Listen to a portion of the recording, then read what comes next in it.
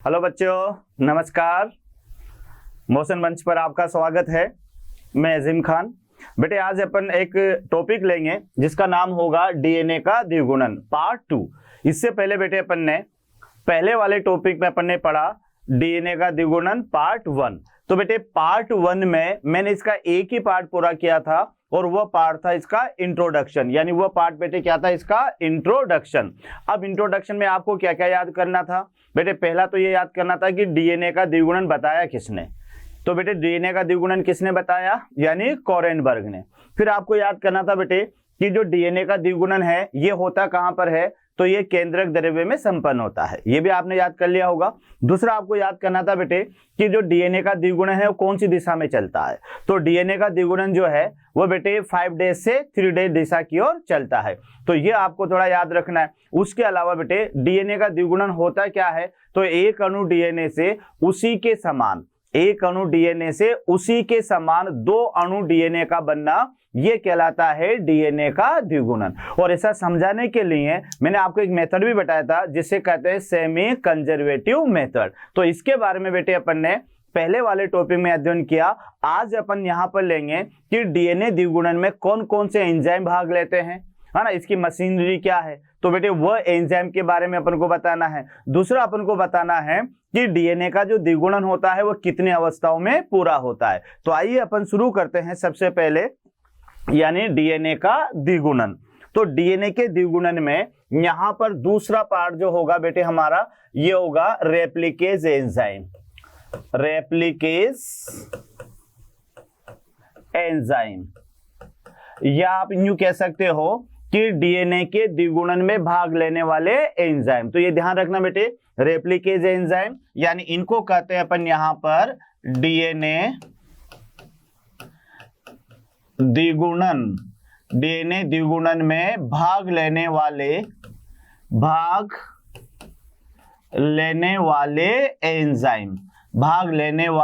Enzyme. तो ये याद रखना कि बेटे रेप्लिकेज एंजाइम किसे कहेंगे, डीएनए द्विगुणन में भाग लेने वाले एंजाइम। तो इन्हें आप कहेंगे डीएनए यानी रेप्लिकेज एंजाइम। अब कौन कौन से ऐसे एंजाइम हैं जिनकी सहायता अपन को डीएनए रेप्लिकेज में लेनी होगी। तो बेटे पहला एंजाइम तो क्या होगा, देखो इधर कि यहां पर ये बेटे हमारे पास में कोई डीएनए का अणु है। तो डीएनए का अणु है तो आपको भी पता है इस तरह से होता है। यहां पर ये नाइट्रोजन सारक होते हैं और ये नाइट्रोजन सारक हमेशा हाइड्रोजन बॉन्ड के द्वारा जुड़े रहते हैं। तो इस तरह से ये हाइड्रोजन बॉन्ड है। तो सबसे पहले तो क्या करना होगा कि इनके बीच के हाइड्रोजन बॉन्डों को तोड़ना होगा। इनके तोड़ने के बाद में फिर कुंडलन को खोलना होगा। तो इसमें पहला एंजाइम बेटे यहां पर होगा और ये पहला एंजाइम होगा यानी टोपोआइसोमेरेज। तो पहला एंजाइम आपको याद रखना है, तो ये एंजाइम होगा बेटे टोपोआइसोमेरेज। और टोपोआइसोमेरेज ये आपको मिलेगा 2 रूप में, यानी इसके 2 रूप होंगे। तो इसका पहला जो रूप होगा बेटे ये होगा हमारे पास में, यानी एंडो न्यूक्लियस एंजाइम। पहला रूप जो आपको याद रखना है, ये याद रखना है एंडो न्यूक्लियस एंजाइम। और ये जो दो तरह के होते हैं बेटे, एक्सो न्यूक्लियस भी होता है और एक एंडो न्यूक्लियस भी होता है। एक्सो न्यूक्लियस क्या करता है बच्चों कि ये डीएनए को सिरे से काटता है, और एंडो न्यूक्लियस जो होता है ये डीएनए को बीच बीच में से तोड़ता है। तो ये यहां पर आपको याद रखना है कि एंडो न्यूक्लियस जो एंजाइम है, ये एंजाइम का काम होगा एच बॉन्ड को तोड़ता है, एच बॉन्ड को तोड़ना। तो बेटे यहां पर जो एंडो न्यूक्लियस एंजाइम है इसका काम तो आपको क्या याद रखना है, एच बॉन्ड को तोड़ना। इसी के साथ में यहां पर एक और एंजाइम होगा और ये एंजाइम जो होगा बेटे यहां पर ये होगा हेलिकेज एंजाइम। अगला एंजाइम आपको याद रखना है हेलिकेज एंजाइम। हेलिकेज, और हेलिकेज एंजाइम क्या है कि यहां पर क्या हुआ कि बेटे यहां पर ये एच बॉन्ड तो टूट गए, ये एच बॉन्ड तो इस एंडो न्यूक्लियस ने तोड़ दिए, लेकिन याद रखना कि अभी भी डीएनए किस कंडीशन में है, कोइल्ड कंडीशन में है, यानी वो कुंडलित अवस्था में है। तो बेटे यहां पर H बॉन्ड के तोड़ने के बाद उसकी जो कुंडलित अवस्था है उसे खोलने का जो कार्य करता है वो कार्य करता है हेलिकेज एंजाइम। यानी हेलिकेज एंजाइम ये हेलिकल को रीओपन करेगा या उसे खोल देगा। तो इसका काम है कुंडलन को खोलना। यानी यहां याद रखना बेटे, इसका काम होगा कुंडलन को खोलना, कुंडलन को खोलना। तो बच्चों यहां पर आप देख लें कि सबसे पहला जो रेप्लिकेज एंजाइम होगा, जो सबसे पहला रेप्लिकेज एंजाइम होगा, ये एंजाइम टोपोआइसोमरेज है बेटे, और इसके दो रूप हैं। तो पहला रूप इसमें आपको याद रखना है एंडोन्यूक्लियेज एंजाइम, और दूसरा रूप याद रखना है हेलिकेज एंजाइम। एंडोन्यूक्लियेज का काम यह है कि जो डीएनए की दोनों श्रृंखलाएं होती है बेटे, डीएनए की दोनों श्रृंखलाएं जो होती है, ये श्रृंखलाएं आपस में जो काम करती है, ये श्रृंखला हैं, ये बेटे यहां पर देखिएगा कि डीएनए की जो दो श्रृंखला ये अलग है और ये नाइट्रोजन बेस है। फिर यहां पर बेटे ये जुड़ा होगा, ये नाइट्रोजन बेस है और ये, तो इनको तोड़ने का जो काम होगा, ये तोड़ने का काम जो होगा ये करेगा कौन सा एंजाइम, एंडोन्यूक्लियेज। और एंडोन्यूक्लियेज एंजाइम से, एंडोन्यूक्लियेज एंजाइम के बाद में जो डीएनए को खोलेगा, तो ये डीएनए को कौन खोलेगा, यानी कौन सा एंजाइम, हेलिकेज एंजाइम। यहां पर बेटे दूसरा एंजाइम जो आपको याद रखना है ये होगा RNA polymerase enzyme, RNA polymerase enzyme. अगला एंजाइम आपको याद रखना है और ये एंजाइम है आरएनए पॉलीमरेज। कौन सा एंजाइम है बच्चों, आरएनए पॉलीमरेज। तो इसकी जरूरत क्यों पड़ी, अपन तो डीएनए का द्विगुणन पढ़ रहे हैं और यहाँ आरएनए की जरूरत क्यों पड़ी। तो बेटे डीएनए के द्विगुणन में जब नई न्यूक्लियोटाइड श्रृंखला बनती है तो डीएनए के द्विगुणन की शुरुआत करने के लिए हमें आरएनए प्राइमर की आवश्यकता होती है। यानी न्यू समझ लो आप कि डीएनए द्विगुणन की जो की है, जो कुंजी है, जो चाबी है, ये चाबी है आरएनए प्राइमर। यानी आरएनए प्राइमर एक ऐसा न्यूक्लियोटाइड का समूह होता है बच्चों जो कि डीएनए के द्विगुणन की शुरुआत करता है। तो उस आरएनए प्राइमर के निर्माण को प्रेरित करने वाला जो एंजाइम होता है, इस एंजाइम को कहते हैं आरएनए पॉलीमरेज। तो यहां पर इसका काम होगा कि यह आरएनए प्राइमर, बेटे इसका काम होगा आरएनए प्राइमर के निर्माण को प्रेरित, के निर्माण को प्रेरित, के निर्माण को प्रेरित। तो याद रखिएगा कि दूसरा एंजाइम जो है ये है आरएनए पॉलीमरेज एंजाइम, और ये जो आरएनए पॉलीमरेज एंजाइम है ये क्या है, ये आरएनए प्राइमर के निर्माण को प्रेरित करता है। और बच्चे क्या बताया मैंने आपको कि आरएनए प्राइमर जो होता है ये डीएनए द्विगुणन की शुरुआत करता है, यानी चाबी है ये डीएनए के द्विगुणन की, क्योंकि इसके बिना डीएनए का द्विगुणन नहीं होगा। तो यहां पर जो है आरएनए प्राइमर का निर्माण, उसको प्रेरित करने वाला जो है वो है आरएनए पॉलीमरेज। बेटे जब आगे अपन ट्रांसक्रिप्शन पढ़ेंगे वहां भी ये आरएनए पॉलीमरेज एंजाइम काम आएगा और वहां पर ये तीन रूपों में पाया जाएगा, RNA polymerase first, RNA polymerase second, RNA polymerase third. और ये तीनों एंजाइम मिलकर आरआरएनए, एमआरएनए और टीआरएनए इनके निर्माण में भी ये भाग लेता है। तो ये यहां पर रेप्लिकेज में दूसरा एंजाइम आपके सामने है और ये एंजाइम है आरएनए पॉलीमरेज। तो बच्चों कौन कौन से एंजाइम अभी तक आपको याद हुए, पहला एंजाइम है टोपोआइसोमरेज, और टोपोआइसोमरेज के दो रूप हैं, पहला रूप है एंडोन्यूक्लियेज और दूसरा रूप है हेलिकेज। एंडोन्यूक्लियेज एंजाइम ने क्या किया कि डीएनए की दोनों श्रृंखलाओं के बीच में जो हाइड्रोजन बॉन्ड होते हैं बेटे, उन हाइड्रोजन बॉन्ड को यानी ब्रेक करने का काम किया, उन्हें तोड़ने का काम किया। दूसरा एंजाइम आपके सामने है हेलिकेज। तो हेलिकल का तो नाम सुना होगा, यानी डीएनए की दोनों श्रृंखलाएं हेलिकल होती है, कुंडलित होती है। तो ये जो हेलिकेज एंजाइम होता है, हाइड्रोजन बॉन्ड के टूटने के बाद ये दोनों श्रृंखलाओं को एक तरह से कुंडलन को खोलता है और उन्हें इस तरह से एक दूसरे के समानांतर लेकर आता है। तो इसका काम है कि डीएनए के कुंडलन को खोलना। तो एक तो क्या करा, हाइड्रोजन बॉन्ड को तोड़ा, और दूसरे ने क्या किया, डीएनए के कुंडलन को खोला, जिससे डीएनए क्या होता है बेटे, वाई शेप में जो है ये दोनों श्रृंखलाएं इसके आ जाती है। दूसरा एंजाइम अभी अभी अपन ने लिया, ये है आरएनए पॉलीमरेज एंजाइम। और ये जो आरएनए पॉलीमरेज एंजाइम है बेटे, ये जो आरएनए पॉलीमरेज एंजाइम है ये क्या करता है, आरएनए प्राइमर के निर्माण को प्रेरित करता है। और ये जो आरएनए प्राइमर है ये डीएनए द्विगुणन की चाबी है, जो कि डीएनए के द्विगुणन की शुरुआत करता है या ये इसके स्टार्टिंग करता है। आइए इसका तीसरा एंजाइम यहां पर अपन लेते हैं, थर्ड एंजाइम बेटे यहां पर अपन लेते हैं।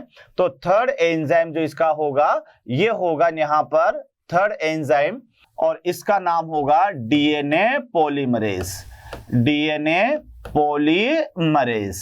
तो ये आपको याद रखना है कि तीसरा एंजाइम जो होगा बेटे ये होगा डीएनए पॉलीमरेज।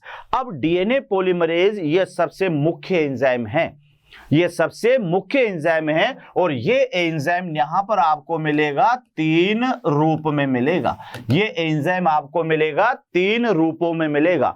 3 रूपों में इसका जो पहला रूप होगा बेटे ये होगा डीएनए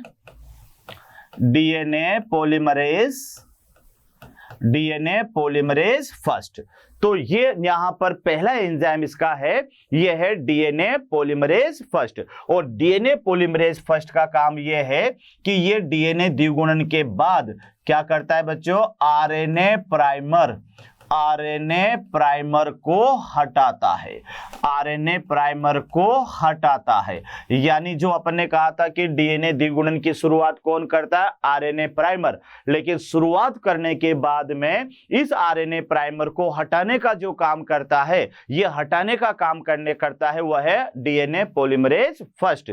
उसके अलावा इसे कोरेनबर्ग एंजाइम भी कहा जाता है बेटे, यानी डीएनए पॉलीमरेज फर्स्ट को। दूसरा इसका जो रूप है और दूसरा रूप है बेटे यानी डीएनए पॉलीमरेज सेकंड। दूसरा रूप आपको याद रखना है डीएनए पॉलीमरेज सेकंड। अब ये जो डीएनए पॉलीमरेज सेकंड है इसका काम याद रखना है प्रूफ रीडिंग का काम है, कि जब डीएनए की लंबी श्रृंखला बनती है तो उस श्रृंखला में अगर कोई अतिरिक्त नाइट्रोजन क्षारक रह गया या कोई वहां पर अतिरिक्त शुगर वहां पर रह गई तो बेटे उसे हटाने का काम करता है। यानी ये किसका काम करेगा, तो ये याद रखना ये काम करता है बेटे प्रूफ रीडिंग का, यानी इसका काम याद रखना प्रूफ रीडिंग का कार्य। तो ये हमारे पास में दूसरा डीएनए पॉलीमरेज आ गया, डीएनए पॉलीमरेज सेकंड। तो डीएनए पॉलीमरेज सेकंड का जो फंक्शन होगा ये फंक्शन होगा बच्चों प्रूफ रीडिंग का। अब प्रूफ रीडिंग का क्या मतलब होता है कि द्विगुणन के दौरान कोई अतिरिक्त नाइट्रोजन क्षारक रह जाए या कोई शुगर या कोई फॉस्फेट तो उनको वहां से हटाने का कार्य करता है। इसके अलावा तीसरा रूप जो बेटे इसका होगा और ये रूप होगा हमारे पास में डीएनए पॉलीमरेज यानी थर्ड, डीएनए पॉलीमरेज थर्ड। अब देखिएगा इसका काम क्या है, तो एक तो ये सबसे मुख्य एंजाइम है, यानी ये सबसे मेन एंजाइम है। ये याद रखना बेटे डीएनए द्विगुणन का या जो डीएनए का जो डुप्लीकेशन है उसमें भाग लेने वाला सबसे मेन एंजाइम जो है वह है डीएनए पॉलीमरेज सेकंड। ये आपको अल्फा, बीटा और ओमेगा के रूप में भी पाया जाता है, के रूप में उपस्थित। यानी जो यूकैरियोटिक सेल है तो यूकैरियोटिक सेल में बेटे ये आपको देखने को मिलेगा अल्फा, बीटा और ओमेगा के रूप में ये देखने को मिलेगा। अब ये मुख्य एंजाइम क्यों है, तो इसका जो सबसे मेन कार्य है, इसका जो मेन कार्य है ये क्या करता है, नई पॉलीन्यूक्लियोटाइड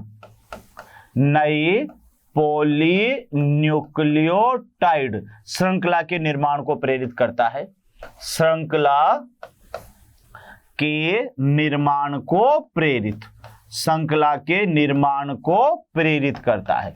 तो बच्चों यहां पर आपको याद रखना है कि डीएनए के द्विगुणन में ये तीसरा एंजाइम मैंने आपको बताया और इस एंजाइम का नाम है डीएनए पॉलीमरेज। तो डीएनए पॉलीमरेज ये सबसे मेन एंजाइम है बच्चों, याद रखना। और इसके 3 रूप हैं। पहला डीएनए पॉलीमरेज फर्स्ट है बेटे, फिर डीएनए पॉलीमरेज सेकंड है और डीएनए पॉलीमरेज थर्ड है। अच्छा, फर्स्ट का काम क्या याद हुआ आपको कि ये जो डीएनए पॉलीमरेज फर्स्ट है ये द्विगुणन के बाद आरएनए प्राइमर को हटाता है, इतना याद रखना है। फिर आपको याद रखना है कि डीएनए पॉलीमरेज सेकंड का काम क्या है, तो बच्चों ये प्रूफ रीडिंग का कार्य करता है। और जब से मेन एंजाइम है वह मेन एंजाइम है बेटे डीएनए पॉलीमरेज थर्ड।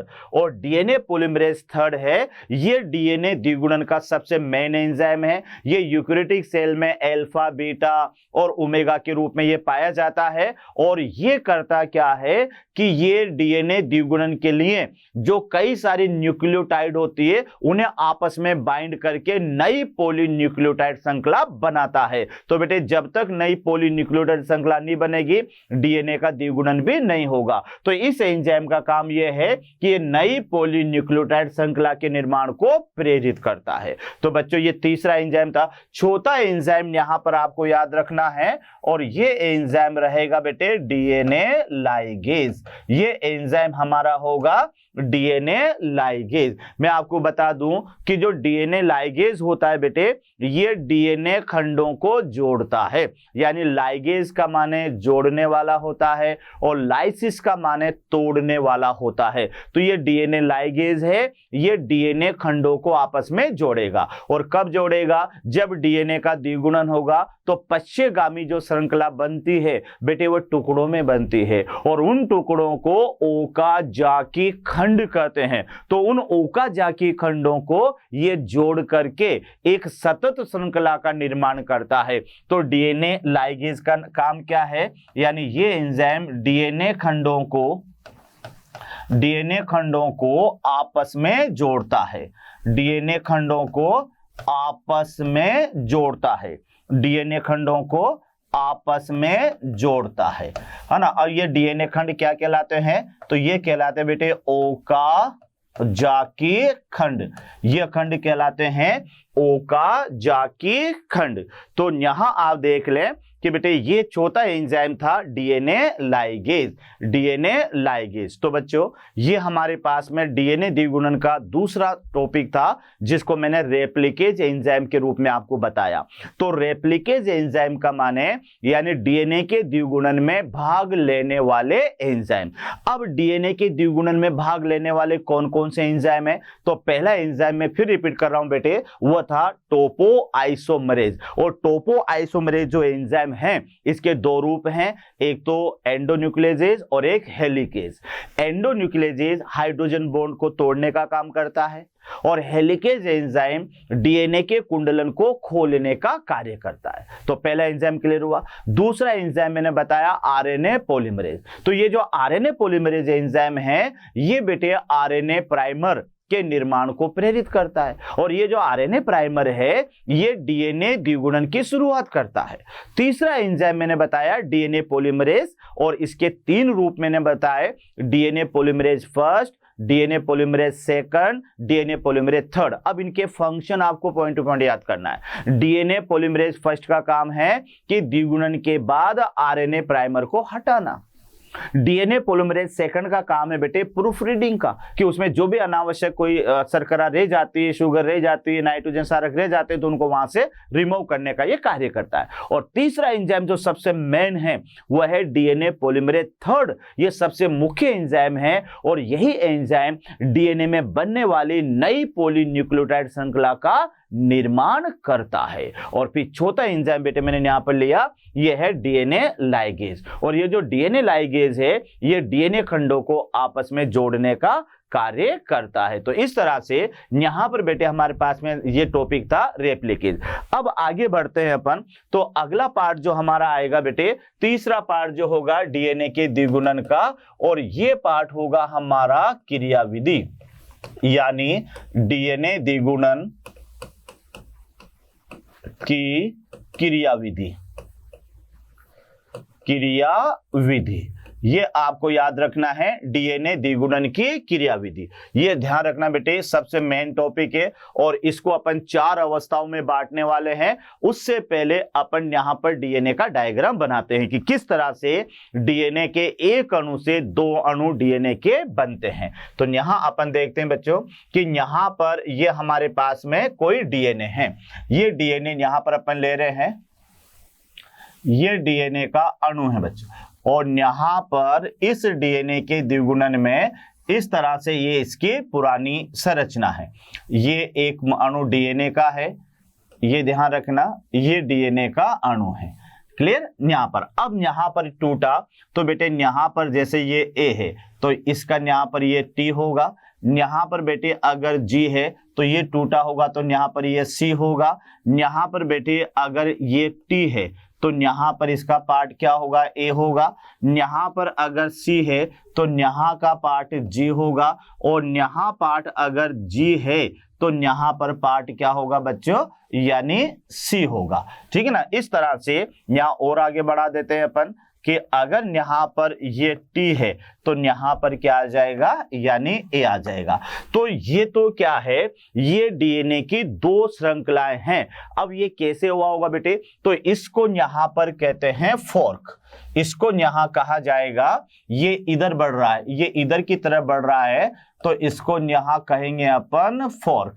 इस जगह पर यहां पर ये डीबीपी होता है जिसको डीएनए बाइंडिंग प्रोटीन कहते हैं, और इस बीच में जो एटीपी है वह बेटे एडीपी में भी कन्वर्ट होता जाता है। तो यहां पर एनर्जी, तो ये जो जा रहा है फोर्क, ये इस दिशा में बढ़ रहा है। तो बेटे क्या हुआ होगा? सबसे पहले तो ये हुआ होगा कि यहां पर हेलिकेज एंजाइम और टोपोआइसोमेरेज ने काम किया। तो सबसे पहले एंडोन्यूक्लियेज ने क्या किया कि इनके बीच के एच बॉन्ड को तोड़ा होगा। एच बॉन्ड को तोड़ने के बाद में हेलिकेज एंजाइम ने उस कुंडलन को खोल दिया। तो बेटे यहां पर डीएनए इस तरह से जीपर के जैसा खुलता हुआ चला जाता है, यानी इस तरह से जो फोर्क होगा इस तरह से आगे बढ़ता हुआ चला जाएगा, यानी यहां से ये इस तरह से आगे बढ़ेगा, ये यहां पर आगे बढ़ेगा। तो यहां अपन ने देखा कि डीएनए बेटे 2 श्रृंखलाओं के रूप में खुल गया। अब यहां पर क्या होगा कि यहां अपन देखेंगे तो बेटे यहां पर इनके पूरक सारक यहां आ जाएंगे।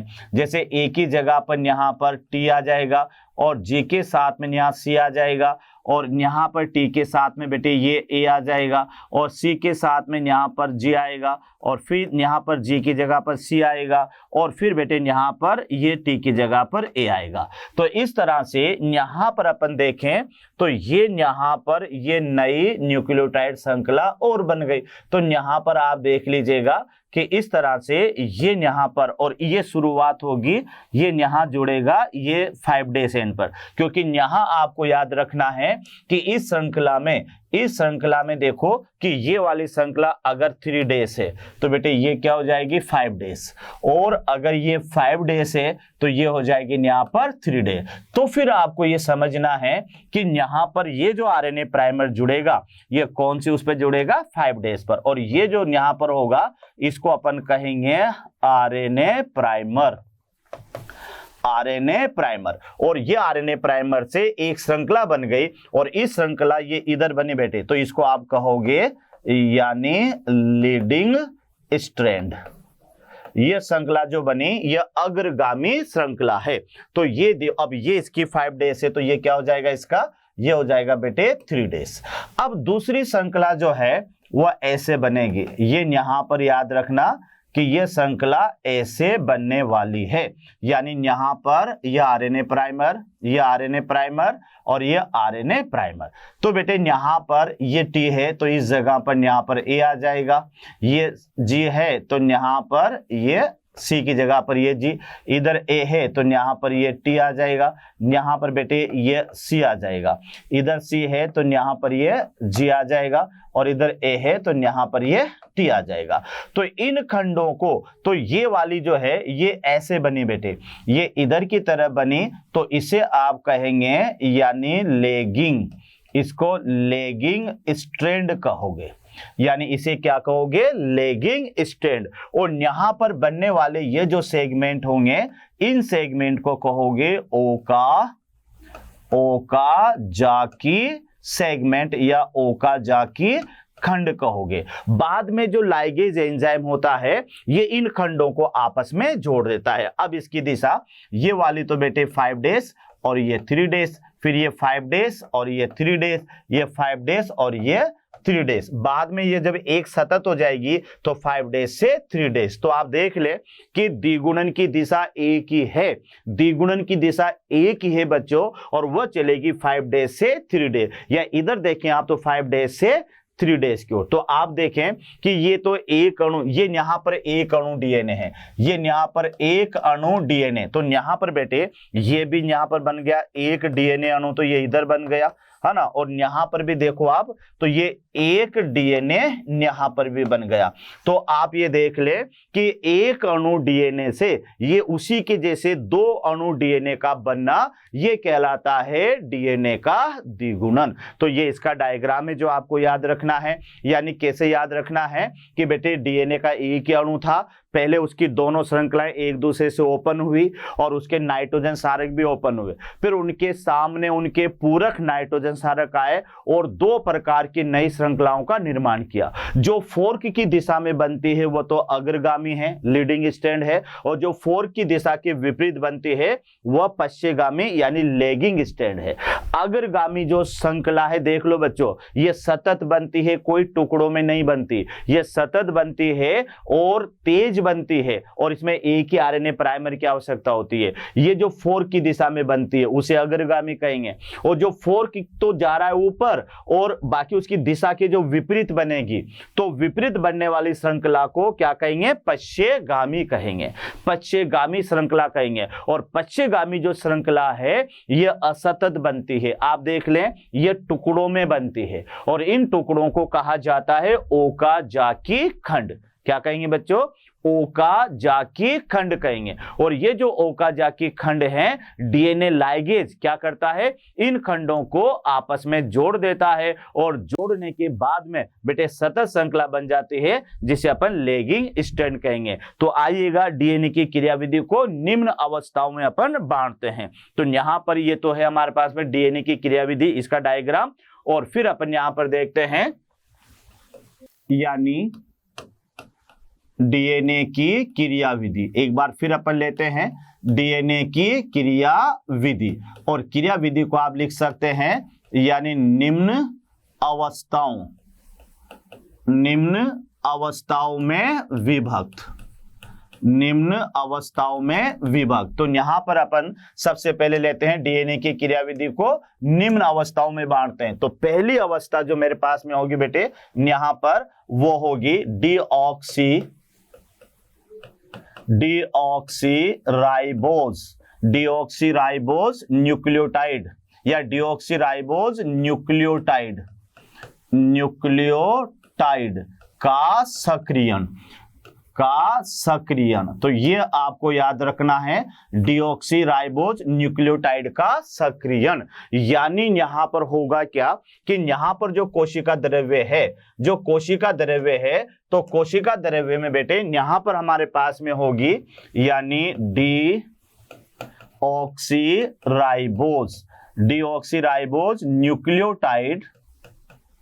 Deoxyribose nucleotide monophosphate.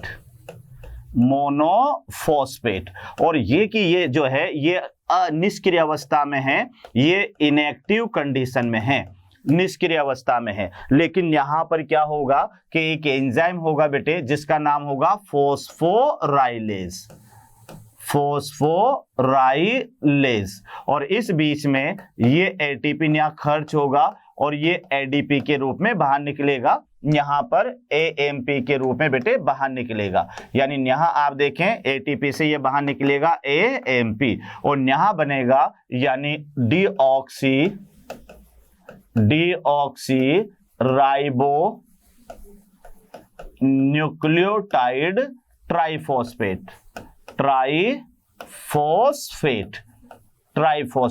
यानी यहां पर जो बना है वह डीऑक्सीराइबोन्यूक्लियोटाइड ट्राइफॉस्फेट। इसका मतलब ये हुआ ये तो इनएक्टिव है और ये कौन से बेटे, ये है एक्टिव। अब देखिएगा ये किस तरह से हुआ, यानी पहला पॉइंट आपको याद रखना है, डीऑक्सी राइबोज न्यूक्लियोटाइड का सक्रियण, यानी द्विगुणन की पहली अवस्था।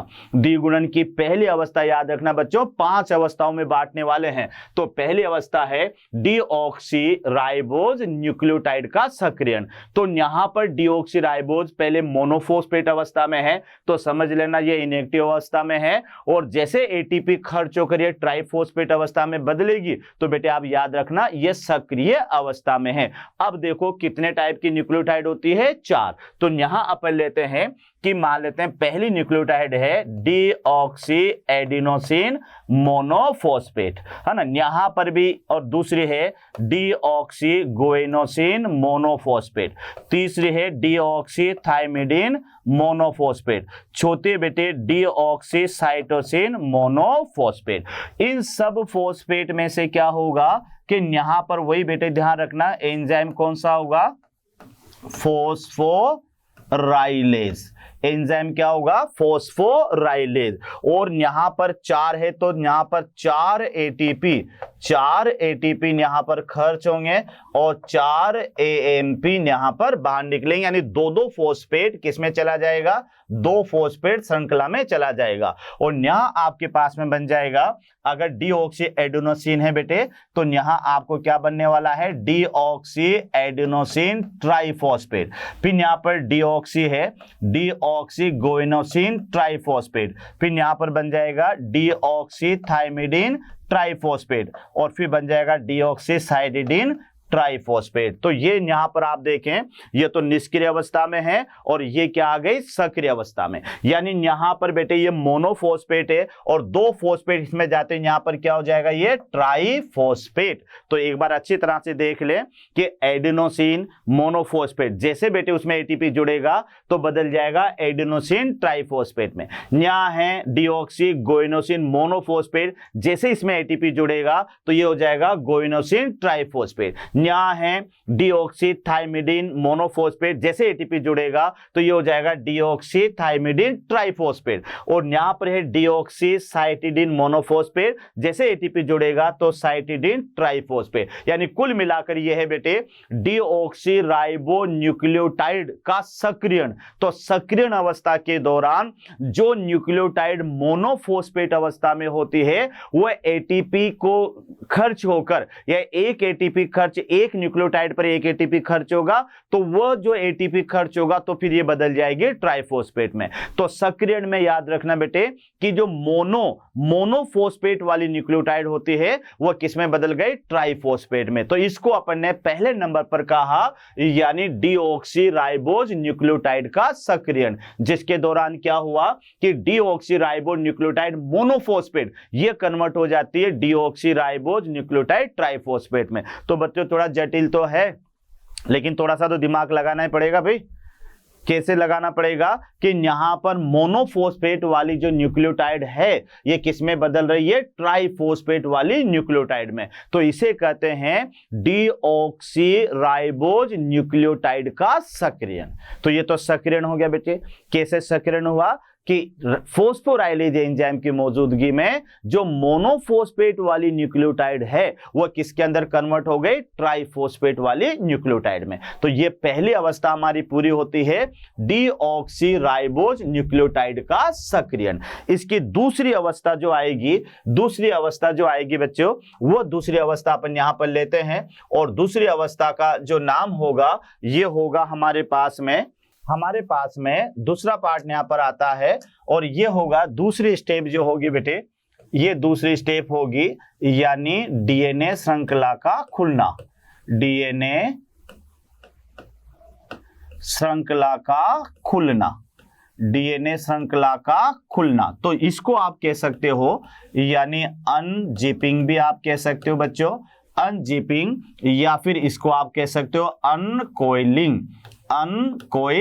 तो ये थोड़ा सा आपको याद रखना है, यानी दूसरी अवस्था है डीएनए श्रृंखला का खुलना। तो अब आपको यहां देखना है कि डीएनए श्रृंखला कैसे खुलेगी। तो याद आ रहा है पहले एंडोन्यूक्लियेज एंजाइम डीएनए की जो श्रृंखला के बीच में हाइड्रोजन बॉन्ड है उसे तोड़ेगा, और उसके बाद में हेलिकेज एंजाइम जो है बच्चों, वो हेलिकेज एंजाइम डीएनए के कुंडलन को खोल देगा। तो डीएनए यहां पर जीपर के समान वाई आकृति का दो भागों में उसकी दोनों श्रृंखलाएं खुल जाती है। तो यहां पर आपको दो एंजाइम याद रखने हैं कि पहला एंजाइम जो होगा, यानी यहां पर इसका पहला पॉइंट याद रखना, एंडोन्यूक्लियेजेज एंजाइम, एंडोन्यूक्लियेजेज एंजाइम H बॉन्ड तोड़ता है, H बॉन्ड तोड़ता है, H बॉन्ड तोड़ता है। और यह भी याद रखना कि अगर यहां पर नाइट्रोजन बेस और बेटे यहां पर ये नाइट्रोजन बेस, तो नाइट्रोजन बेस को तोड़ने में यहां पर एक एटीपी खर्च होती है, एक एटीपी, और ये एडीपी में बदलती है। तो यहां पर नाइट्रोजन बेस अलग हो जाते हैं। तो एक नाइट्रोजन बेस के बीच में ना हाइड्रोजन बॉन्ड को तोड़ने में एक एटीपी खर्च होगी, इतना याद करना। तो ये आपको पहला पॉइंट याद हुआ है कि डीएनए की श्रृंखला के बीच में यहां आप देखिएगा बच्चों कि यहां पर ये हमारे पास में ये डीएनए का द्विगुणन है, ये डीएनए का कोई जो है क्या कहते हैं श्रृंखला है। अब इसके बीच में यहां पर ये हाइड्रोजन बॉन्ड है, ये यहां पर बेटे बीच में हाइड्रोजन बॉन्ड है। तो एक तो यहां पर ये तो क्या करेगा, एंडोन्यूक्लियेजेज तो इनके बीच के ये हाइड्रोजन बॉन्ड को ब्रेक करेगा, तो इसको तो हाइड्रोजन बॉन्ड को तोड़ने का कार्य हुआ। सेकंड जो यहां पर होगा बेटे, ये होगा हेलिकेज एंजाइम डीएनए की दोनों श्रृंखलाओं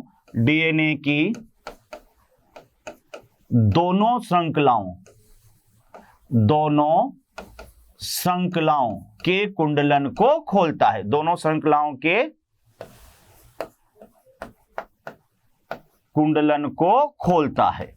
ये आपको यहां पर याद रखना है कि हेलिकेज एंजाइम क्या करेगा कि यहां पर, अब ये जो आप दिख रहा है बेटे, तो यहां पर ये इस तरह से आपको याद रखना है कि दोनों श्रृंखलाएं यहां पर एक दूसरे से जीपर के समान खुल जाती है। तो यहां आप देख लें कि हेलिकेज एंजाइम डीएनए की दोनों श्रृंखलाओं को खोलता है। तो फिर यहां पर क्या होगा बेटे, डीएनए की दोनों श्रृंखलाएं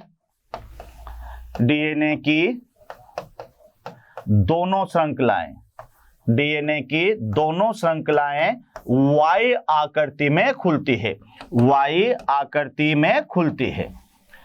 आकृति में खुलती है, जिसे आप क्या कहोगे, जिसे फोर्क कहते हैं, जिसे क्या कहोगे, फोर्क, यानी जिसे फोर्क यानी द्विशाखन कहते हैं।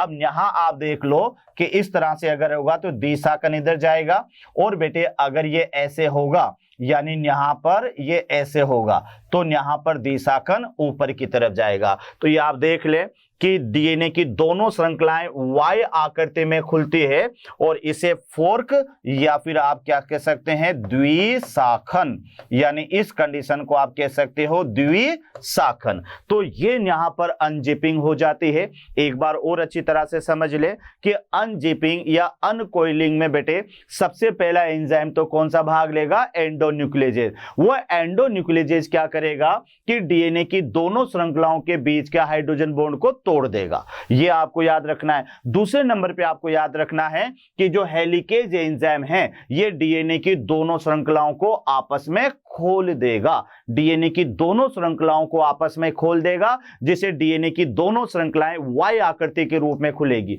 और इस वाई आकृति के रूप में खुलना ये फोर्क कहलाता है। अब अगर फोर्क यहां पर इस तरह से हो तो ये द्विशाखन नीचे की तरफ आएगा, और इस तरह से तो द्विशाखन ऊपर की तरफ जाएगा। तो इस तरह से ये डीएनए द्विगुणन की दूसरी अवस्था भी है, जिसमें आपको क्या याद करना है, यानी डीएनए की श्रृंखला का खुलना। तो ये बेटे यहां पर अपने पास में दूसरी अवस्था पूरी होती है। तीसरी अवस्था अपन यहां पर देखते हैं, तो तीसरी अवस्था जो डीएनए की आएगी, ये आएगी हमारे पास में, यानी आरएनए प्राइमर का जुड़ाव। ये तीसरी स्टेप जो आपको याद रखना है, ये है बेटे आरएनए प्राइमर का जुड़ाव, आरएनए प्राइमर का जुड़ाव। तो ये जो आरएनए प्राइमर है ये कैसे जुड़ता है और ये क्या होता है, तो यहां आप देखें कि बेटे आरएनए प्राइमर का जुड़ाव, तो ये आरएनए प्राइमर का जुड़ाव याद रखना, एक तो कहां पर 5 डेज एंड पर आरएनए प्राइमर जुड़ता है, आरएनए प्राइमर जुड़ता है। तो ये थोड़ा सा ध्यान रखना कि आरएनए प्राइमर कहां जुड़ेगा, 5 डेज एंड पर जुड़ता है। और याद रखना कि लगभग ये 50 से 100 न्यूक्लियोटाइड का यह समूह होता है, 50 से 100 न्यूक्लियोटाइड का बेटे यह समूह होता है। तो ये भी आपको याद रखना है कि आरएनए प्राइमर 5 डेज एंड पर जुड़ेगा और ये 50 से 100 न्यूक्लियोटाइड का एक समूह होता है। और साथ में ये सबसे इंपॉर्टेंट है कि ये डीएनए द्विगुणन की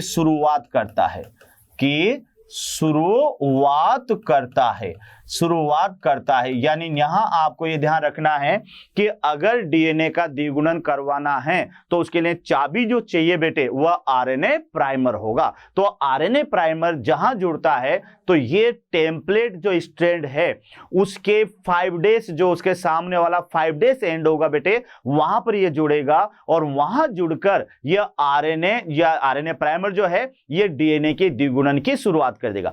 अब इसके शुरुआत करने के बाद में यहां पर एक होगा डीएनए पॉलीमरेज फर्स्ट, ये क्या करता है, DNA polymerase first RNA primer को हटाता है। तो ये मैं पहले भी कह चुका हूं आपको कि द्विगुणन के बाद ये जो आरएनए प्राइमर है ये किसके थ्रू हटाया जाएगा, यानी डीएनए पॉलीमरेज फर्स्ट के द्वारा ये हटाया जाएगा। तो बच्चों यहां पर एक बार और देख ले, यानी तीसरी अवस्था है हमारे पास में डीएनए के द्विगुणन की और ये है आरएनए प्राइमर का जुड़ाव। तो आरएनए प्राइमर होता क्या है, ये चाबी है द्विगुणन की, जो डीएनए के द्विगुणन की शुरुआत करता है, यानी जहां से भी डीएनए का द्विगुणन होगा तो वहां पहला पॉइंट होगा आरएनए प्राइमर। आरएनए प्राइमर ही डीएनए के द्विगुणन की शुरुआत करेगा, तो यह हमेशा 5 डेज एंड पर जुड़ेगा, यानी जहां से भी डीएनए का द्विगुणन शुरू होगा, आप जानते हैं बेटे कि डीएनए का द्विगुणन जो होता है ये 5 डेज से 3 डेज सिरे की तरफ चलता है। तो 5 डेज पर सबसे पहले आरएनए प्राइमर जुड़ेगा और यह जो आरएनए प्राइमर है ये जुड़कर डीएनए के द्विगुणन की शुरुआत करता है। आरएनए प्राइमर 50 से 100 न्यूक्लियोटाइड का एक समूह होता है जिसे आरएनए प्राइमर कहते हैं। और आपको यह भी पता है कि आरएनए प्राइमर के निर्माण को प्रेरित करने वाला कौन सा एंजाइम होता है, तो आपको याद है ना, आरएनए पॉलीमरेज। तो यह हमारे पास में द्विगुणन की तीसरी अवस्था है आरएनए प्राइमर का जुड़ाव। तो आरएनए प्राइमर ने जुड़कर क्या कर दिया बेटे, यानी यहां पर नई न्यूक्लियोटाइड श्रृंखला के निर्माण की शुरुआत कर दी। अब इसके बाद में अगली जो अवस्था हमारे पास में आने वाली है, ये अवस्था यहां पर रहेगी बेटे, ये अवस्था यहां रहेगी, चौथी अवस्था जो आप याद रखेंगे वो याद रखेंगे बेस पेयरिंग। ये आपको याद रखना है। बेस पेयरिंग का माने है बेटे नाइट्रोजन बेस का जुड़ना। तो ये थोड़ा सा याद रखना, इसको कहते हैं बेस पेयरिंग, यानी नाइट्रोजन सारकों का जुड़ना। तो यहां आप देख लें कि ये हमारे पास में मान लेते हैं बच्चों कि ये यहां पर एक पुरानी श्रृंखला है, ये यहां लेते हैं और ये यहां पर अगर आपको याद हो तो अपने डीएनए द्विगुणन के लिए ये पुरानी श्रृंखला को यहां पर लिया था। अब इसमें यहां पर ये ए है, यहां पर ये जी है, यहां पर ये सी है और यहां पर मान लेते हैं टी है। तो ये यहां पर है हमारे पास में, ये है बेटे ओल्ड स्ट्रैंड, ये डीएनए की है ओल्ड स्ट्रैंड। अगर अपन को याद हो तो जीपर के समान अपन ने इस कलर में बनाया था।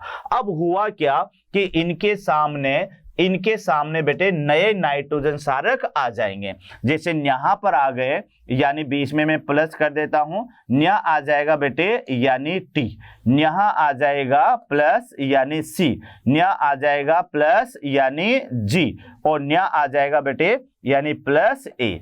अब ये जिस रूप में आएगा तो ये डीऑक्सी एडिनोसिन ट्राइफॉस्फेट की फॉर्म में आएगा बेटे, यानी डीऑक्सी एडिनोसिन मोनोफॉस्फेट। ये जो जिस फॉर्म में आएगा ये आपको यहाँ याद रखना है, डीऑक्सी एडेनोसिन मोनोफॉस्फेट। ये जो सी आएगा डीऑक्सी साइटिडीन मोनोफॉस्फेट, और ये जिस फॉर्म में आएगा ये डीऑक्सी गुएनोसिन मोनोफॉस्फेट, और ये जिस फॉर्म में आएगा डीऑक्सी एडेनोसिन मोनोफॉस्फेट। अब यहाँ पर अगली स्टेप में क्या होगा, अगली स्टेप में यह होगा बेटे कि यहाँ पर होगी बेस पेयरिंग। आगे अपन बढ़ते हैं तो यहाँ होगी, इस जगह पर होगी बेस पेयरिंग। बेस पेयरिंग यानी यहां पर इनके बीच में क्या बनेंगे, हाइड्रोजन बॉन्ड का निर्माण, यानी एच बॉन्ड का निर्माण। बेस पेयरिंग में ये ध्यान रखना है कि हाइड्रोजन बॉन्ड बनेंगे। अब कैसे बनेंगे कि बेटे ए है, इसके सामने क्या आया, टी आया है, और जी है उसके सामने सी आया है, सी है उसके सामने जी आया है, और टी है उसके सामने ए आया है। जिस रूप में ये आए बेटे, ये न्यूक्लियोटाइड के रूप में आते हैं। तो देखो बेस पेयरिंग में क्या हुआ कि दोनों श्रृंखलाएं तो बेटे अलग अलग हो ही गई थी, तो उनके पुराने नाइट्रोजन सारकों के सामने उनके नए पूरक नाइट्रोजन सारक आते हैं और आकर यह हाइड्रोजन बॉन्ड के द्वारा जुड़ते हैं, जिसे बेस पेयरिंग यहां पर कहेंगे। तो ए है तो नया नाइट्रोजन सारक टी आया है, जी है तो सी, और ये आए बेटे न्यूक्लियोटाइड के रूप में आते हैं। तो अब यहां पर आप देखिएगा कि इसमें बेस पेयरिंग कैसे होती है। तो बेस पेयरिंग में अपन यहां पर देखते हैं कि ये तो हमारे पास में है पुरानी श्रृंखला। पुरानी श्रृंखला में ये यहां पर तो है बच्चों, यानी ए है, और यहां पर हमारे पास में ये जी है, और इधर यहां पर ये सी है, और यहां पर मान लेते हैं ये टी है। अब यहां आप देखें कि इनके सामने इनके पूरक नाइट्रोजन सारक, यहाँ है तो ये टी आ गया, यहाँ है बेटे तो सी है, ये सी है तो यहाँ पर ये जी है, और ये यहाँ पर ए है, और इस तरह से यहाँ पर ये नई श्रृंखला बन जाती है, ये यहाँ पर नई श्रृंखला बन जाती है। तो अब इस नई श्रृंखला देखो, ये वाली श्रृंखला तो कौन सी श्रृंखला थी, यानी ये श्रृंखला तो है ओल्ड स्ट्रैंड, ये तो बेटे ओल्ड स्ट्रैंड है, और ये वाली श्रृंखला क्या है, ये है न्यू स्ट्रैंड, ये न्यू स्ट्रैंड है। और इस तरह से ये पूरा का पूरा हमारे पास में एक डीएनए का अणु बन गया। तो यहां आप देख लें, इसको यहां कहेंगे अपन बेस पेयरिंग। तो बेस पेयरिंग का क्या मतलब है, यानी अभी यहां पर एक मिनट रुको बच्चों, यहां पर थोड़ा सा ध्यान देना है। यानी इस जगह पर अभी अपन को ये श्रृंखला नहीं बनानी है, बस अभी अपन को इतना सा ध्यान देना है कि यहां पर सिर्फ बेस पेयरिंग हुई है और ये पुरानी स्ट्रैंड है। तो बेस पेयरिंग का माने है एच बॉन्ड का जुड़ना। तो एक बार फिर देख लें कि बेस पेयरिंग में क्या हुआ कि पुरानी श्रृंखला के सामने नए नाइट्रोजन सारक आते हैं, और ये नए नाइट्रोजन सारक आकर बेटे नए नाइट्रोजन सारक आकर उनके साथ में हाइड्रोजन बॉन्ड बनाते हैं। तो हाइड्रोजन बॉन्ड बनाने के साथ ही उनके पूरक नाइट्रोजन सारक उनसे जुड़ जाते हैं। तो यहां पर इसकी जो परिभाषा है बेस पेयरिंग की, तो बेस पेयरिंग की परिभाषा क्या है बेटे, यानी बेस पेयरिंग की परिभाषा है नाइट्रोजन सारकों का एच बॉन्ड के द्वारा जुड़ना, यानी नाइट्रोजन सारकों का आपस में एच बॉन्ड के द्वारा जुड़ना, यह बेस पेयरिंग कहलाता है। तो यह बेस पेयरिंग हो गई। अब बेस पेयरिंग होने के बाद में ये दोनों तरफ होगी बेटे, ध्यान रखना, यानी एक तरफ 4 की दिशा में भी होगी और एक 4 की दिशा के विपरीत भी होगी। तो बेस पेयरिंग के बाद में अगली जो अवस्था आती है हमारी, और ये अवस्था रहेगी, अगली जो अवस्था रहेगी बेटे, और ये अवस्था हमारी रहेगी, यानी बेस पेयरिंग के बाद में अगली स्टेप पर अपन आगे बढ़ते हैं डी पर, और ये अवस्था यहां रहेगी नई पॉलीन्यूक्लियोटाइड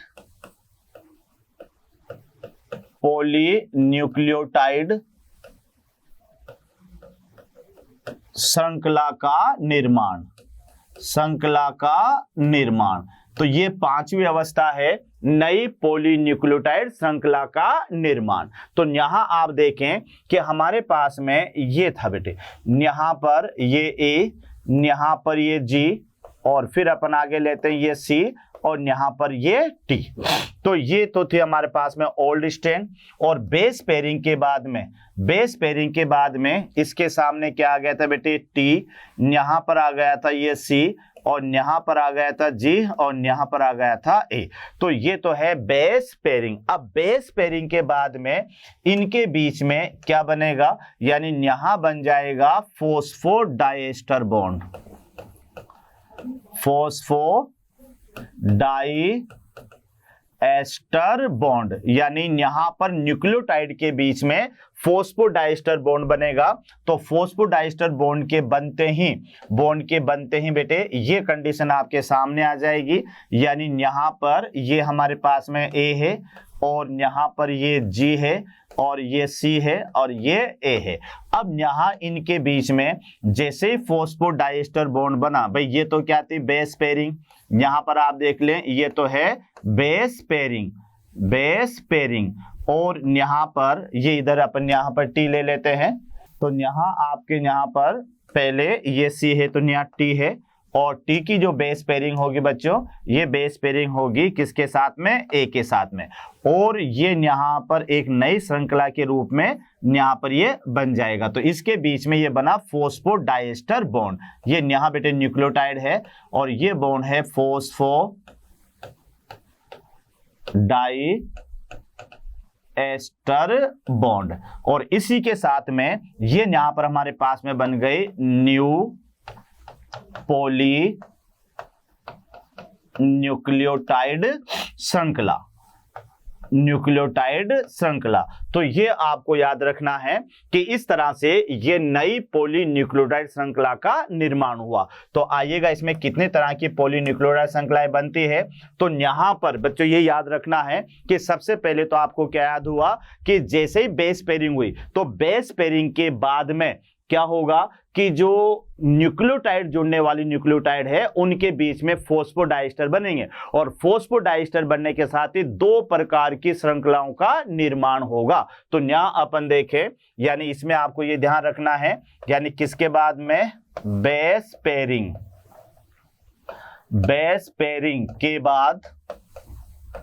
के बाद क्या होगा बेटे, नई न्यूक्लियोटाइड के मध्य, यानी नई न्यूक्लियोटाइड के बीच क्या बनता है, फॉस्फोडाइएस्टर बॉन्ड के बीच या नई न्यूक्लियोटाइड के बीच फॉस्फोडाइएस्टर बॉन्ड्स का निर्माण होता है जिससे दो प्रकार की पॉलीन्यूक्लियोटाइड श्रृंखला का निर्माण। तो ये आपको याद रखना है, ये पॉइंट बच्चों याद रखना है कि जैसे ही क्या हुआ, बेस पेयरिंग हो गई। बेस पेयरिंग में आपको क्या याद हुआ कि बेटे जो पुरानी सांचे वाली श्रृंखला थी उनके सामने नए नाइट्रोजन सरक आ गए और हाइड्रोजन बॉन्ड के द्वारा जुड़ गए। तो बेस पेयरिंग के बाद में क्या हुआ कि ये बेस पेयरिंग हो गई। अब बेस पेयरिंग के बाद में ये जो न्यूक्लियोटाइड है इनके बीच में क्या बन जाएगा बेटे, फॉस्फोडाइएस्टर बॉन्ड। और फॉस्फोडाइएस्टर बॉन्ड के बनते ही डीएनए में दो प्रकार की श्रृंखलाओं का निर्माण होता है। यहां पर दो नई पॉलीन्यूक्लियोटाइड श्रृंखला का निर्माण होगा, दो नई। तो दो नई में पहले वाली जो श्रृंखला है ये कहेंगे बेटे अग्रगामी श्रृंखला। पहली श्रृंखला है ये अग्रगामी, यानी यहां आप देखें कि इस तरह से ये तो था हमारे पास में पुराना डीएनए और यहां पर बनेगा ये एक डीएनए और एक श्रृंखला बेटे ऐसे बनेगी, यहां पर ये ऐसे बनेगी। ठीक है, तो ये जो श्रृंखला बनेगी ये पहले वाली है और ये दूसरी वाली है और ये इधर यहां पर ये फोर्क इधर जा रहा है, ये फोर्क है। तो यहां आप देख ले अग्रगामी श्रृंखला। तो अग्रगामी जो श्रृंखला है तो बेटे ये श्रृंखला एक तो किस दिशा में बननी है, यानी फोर्क की दिशा में। ये याद रखना, ये श्रृंखला किस ओर बनेगी, फोर्क की दिशा में। और साथ में ध्यान रखना बेटे ये सतत बनती है और साथ में तेज बनती है। तो यहां आप देख लें कि जो श्रृंखला फोर्क की दिशा में बनेगी वह श्रृंखला तो अग्रगामी श्रृंखला कहलाएगी और यह श्रृंखला तेज बनती है और सतत बनती है। लेकिन दूसरी जो श्रृंखला है यह श्रृंखला है बेटे पश्चगामी श्रृंखला। अगली जो श्रृंखला है ये श्रृंखला है पश्चगामी। तो पश्चगामी में आप देख लो, ये श्रृंखला द्विशाखन के विपरीत बनती है, द्विशाखन के विपरीत बनती है। ये यहां पर आप ध्यान से देख लें कि ये जो श्रृंखला है, ये जो श्रृंखला है बेटे द्विशाखन के कैसे बनेगी, विपरीत बनेगी। और साथ में असतत बनेगी, असतत यानी किसमें बनेगी बेटे, खंडों में बनेगी, है ना, खंडों में बनेगी। और फिर डीएनए लाइगेज इन खंडों को जोड़ देता है, यानी डीएनए लाइगेज